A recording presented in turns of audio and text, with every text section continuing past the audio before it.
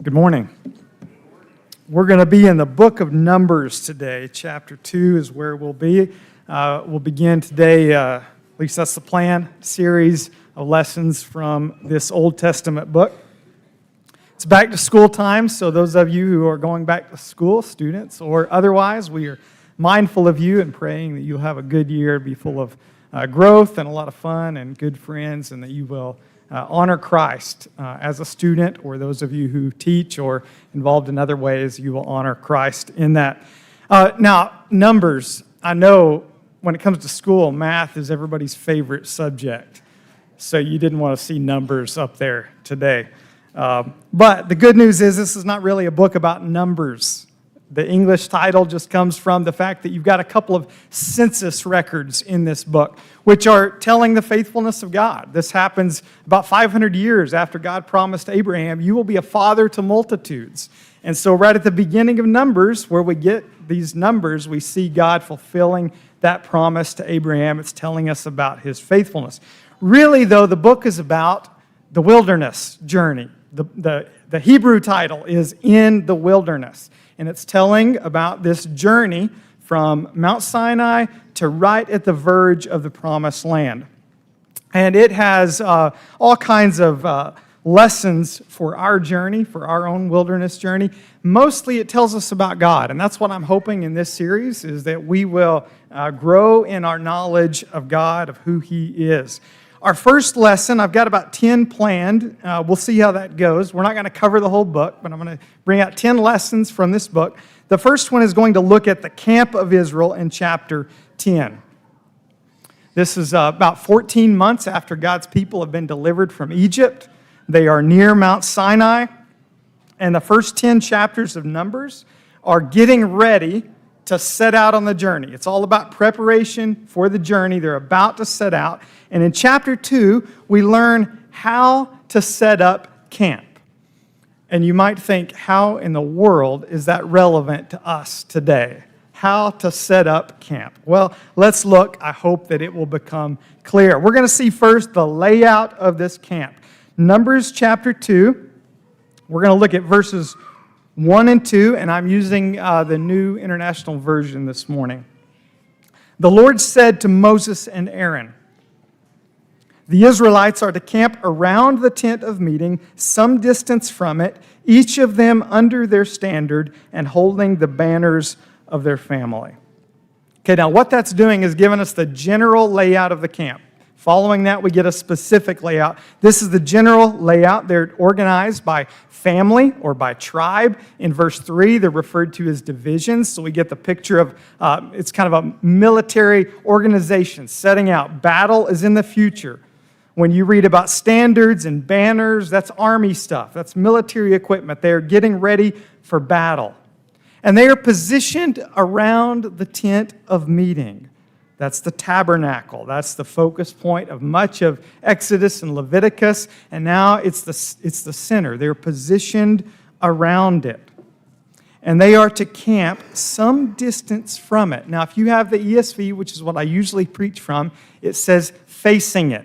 That is not an inaccurate translation, but most Bible translations translate it something like the NIV here, because when you look at it in context, it seems to be that it's distance from the tabernacle that's being emphasized. Now, that's the general layout, positioned around the tabernacle, some distance from it. What follows in most of the rest of chapter 2, almost to the very end, is a detailed instruction of what that's going to look like. We're not going to read it all for time's sake. I think it's more helpful for us here today to look at the outline of it. So here's the outline of what follows. The tribes are assigned a camp on each point of the compass. And it begins at the east and moves clockwise, south and west, and then north. East is the prominent position. East is where the sun rises.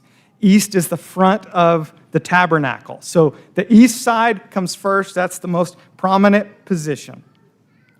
You notice there as you move through east, then you go clockwise, south, west, north. Right in the middle, you have this middle camp. And you read about that in chapter 2, verse 17. That's where the tent of the meeting is, and the Levites. And the reason I want to show you the outline is because you see that the middle camp is positioned in the way that it's laid out in the center. It's the structural center of the passage. So not only is the tabernacle in the middle of the camp, in the detailed instructions, it's placed in the middle. It's the structural center. Now, if we could depict this visually, I know that's a little bit small, but maybe it will help to kind of visualize this. You've got the 12 tribes divided into groups of 3 in that outside circle. Look at the outside camps there. 12 tribes divided into 3 groups. Each triad, each of those 3 on the outside, has a standard bearer. That's depicted here. It's the outside middle. That's the leader of the 3, the standard bearer.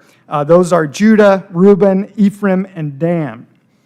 Judah has pride of place. Judah is on the east, most prominent position, and the standard bearer of that triad. And of course, we know Judah is the line to Christ, so we're paying attention to that all the time. The most prominent position among these tribes is Judah, which is taking us to Christ. Now, I know we've got some, we have any kids in here that did VBS? Got any? All right. I know we've got some eagle-eyed VBS guys that are looking at those 12 tribes, and you're saying, there's one missing. Does anybody know who it is? It's Joseph. Where's Joseph in the list? He's not around there in those 12. Well, if you'll look there on the left-hand side, you'll see Ephraim and Manasseh. Ephraim and Manasseh are the sons of Joseph. And the youngest one is in the more prominent position because when Jacob blessed him, remember, he crossed his arms. So Ephraim gets the more prominent position there. But that's where Joseph is. His sons represent him in the tribes in that outside circle. Now you look at the inside circle, the inner camps. You've got the Levites there. They are not fighting men. They have special duties related to the tabernacle. So you've got Moses and Aaron and the priest. And then you've got these 3 groups, the Kohathites, the Gershonites, and the Merarites. Who is that? Those are named after the sons of Levi. So everybody in that inner circle there are Levites. They're dedicated. They have a special role in the tabernacle with tabernacle duties. And of course, the centerpiece of all of it, right in the center, is the tabernacle, the tent of meeting, God's tent. God dwells in the center of the camp. That's the layout. Here's just a picture, kind of different. Visualize it a little bit differently. That's the main thing. That's the center, the tabernacle, God's tent. That's the layout. Now let's talk about the loveliness of the camp. You might know the guy Balaam. We're going to talk about Balaam a little bit later on. Balaam is an outsider. And when Balaam catches sight of the encampment of Israel, when he sees them camping, it says that the Spirit of the Lord came on him, and he exclaimed something. He said, "How lovely are your tents, O Jacob, your encampments, O Israel." One of the things I learned in this study is that's one of the most cherished verses for the Jewish people. They treasured this verse, which does not strike me as really significant. How lovely are your tents. Inspired by the Spirit, it's telling us there's something more going on. There's something lovely about this camp. Don't miss it. So I want to draw our attention to 2 aspects of God that help us to see the loveliness of this camp. First is the immanence of God. Then we're going to talk about the transcendence. I know those are big words, but it's back to school time. We can do it, right? Get ready. Immanence comes from Latin to dwell in. So God makes his dwelling among us. When we talk about the immanence of God, that's what we're saying. God makes his dwelling among us. We see it in this encampment. In verse 2, the Israelites are to camp around the tent of meeting, God's tent. God is dwelling with them.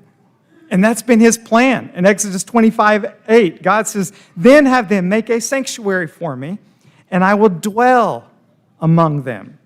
God dwells with them. He lives in the camp with them. He's camping with them. The God of the 10 plagues, the God who split the Red Sea, the God who came down in fire and shook the mountain.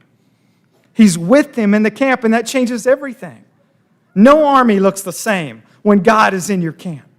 He dwells with them.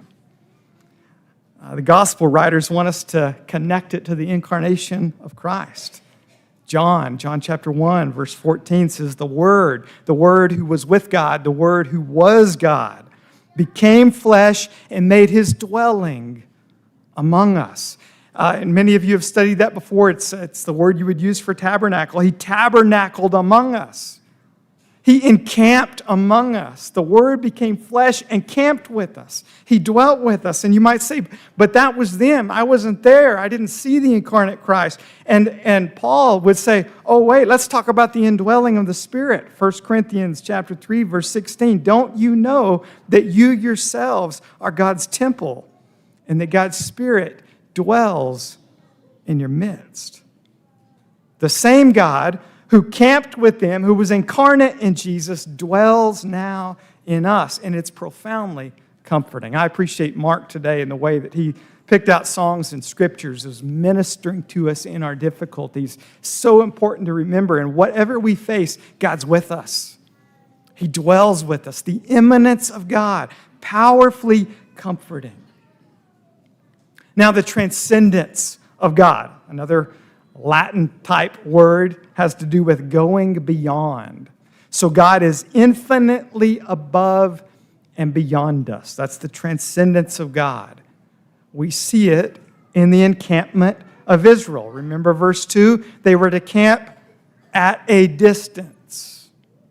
There is a boundary line. God is with us, yet off limits. God dwells with us, but he is unapproachably holy. Stand back. That's the reason for the Levite camp. If you back up to Numbers chapter 1, 52 and 53, God says, the Israelites are to set up their tents by divisions, each of them in their own camp under their standard. The Levites, however, are to set up their tents around the tabernacle of the covenant law, so that my wrath will not fall on the Israelite community. What this is pointing out is the problem of our sin before a holy God, not an angry God. When you read wrath, it's not that God is angry, it's that he's holy. And as much as he is immanent, as much as he longs to dwell with us, he wants to be right with us. Sin is an issue that can't be ignored. And so there's this distance, and the Levites camp there in this inner circle, and they function something like a protective barrier from God's wrath. But they're really just a pointer. They're really just a pointer to something else. They're representing, we've got a problem if we're going to dwell with God. We can't just be in the presence of a holy God. What are the Levites pointing to? Well, the New Testament writers show us that the Levitical priesthood was a precursor to the priesthood of Christ. So Hebrews chapter 7, 23 through 25. Now there have been many of those priests, that will be the Levitical priests, since death prevented them from continuing in office. But because Jesus lives forever, he has a permanent priesthood. Therefore, he is able to save completely those who come to God through him, because he always lives to intercede for them. Now, there's a lot there. That's a sermon in itself, saying he's the better priest. He's the one that all the Levitical priests pointed to. He's the better one. Through him, we are completely saved from God's wrath. And not only that, but ushered right into his presence. Did you read that? Those who come to God through him. That's what Jesus is doing, bringing us to God. Here's what I want to bring out. God's camp plan for Israel that we're reading about in Numbers chapter 2 previews God's ultimate plan for the world. It's a pointer. The significance of the camp is because it's pointing to something greater. The loveliness of the camp is Christ. The whole Bible points to him. Numbers chapter 2 points to him. What is so lovely about this is Christ. It's that God's plan has always been to dwell with humankind. And he makes a way for sinners to come back into the very presence of the transcendent God. That is why it's pointed to Christ. That is what Christ accomplished for us, that we get brought into the very presence of God.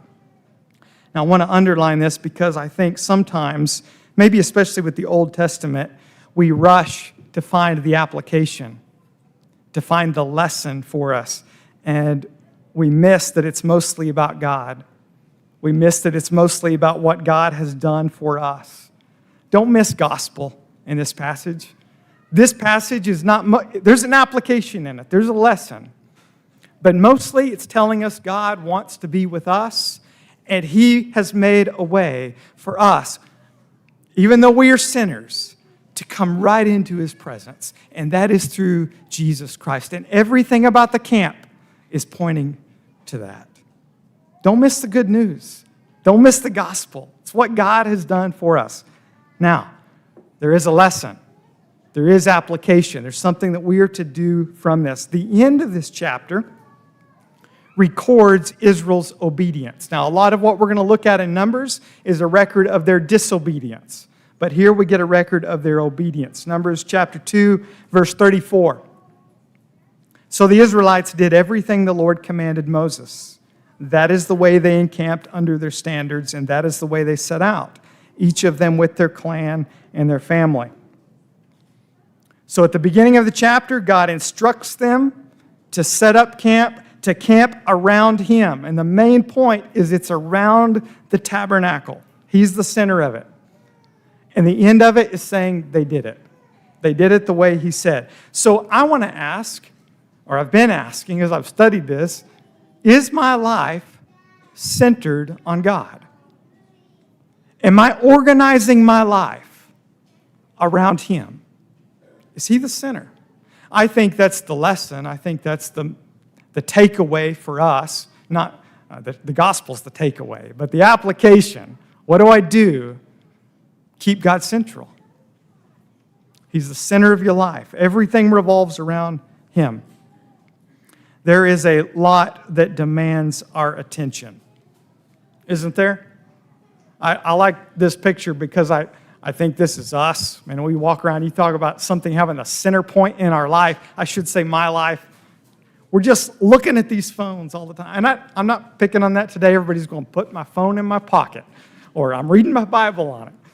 There's all kinds of things that get in the middle, that distract us from what ought to be in the middle. And I think we just regularly need to reset.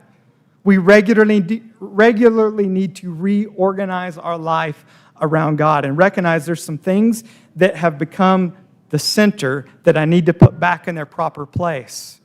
And God has been kind of moved to the margins, and I need to refocus on Him. Put God in the center. Back to school time is as good a time as any, I think, to reset. I think for all of us, going back to school or not, it's kind of like a new season. Say, what do I need to do today? I need to refocus. I need to recenter my life on God. So a few things to think about to help us do that. Number one is to recognize your distractions. I put that because I think sometimes we don't see that we are distracted, because distractions aren't necessarily bad things. They're not necessarily wrong. They just become the main thing. They become a preoccupation in our life. And we might not even know that we've moved it into the center. We might not even realize it. My wife helped me recently in a very kind way to realize that I was consuming too much news. I'm grateful for her. She did not do that in a critical way. She helped me to see what I was a little bit blind to. That there's a lot going on in the news, isn't there? And I've been consuming it. It kind of moved into the center. I don't know how you are, but I find myself mindlessly opening up an app and reading headlines when I wasn't even curious. I just mindlessly did it. And I've been working on, I'm making really slow progress.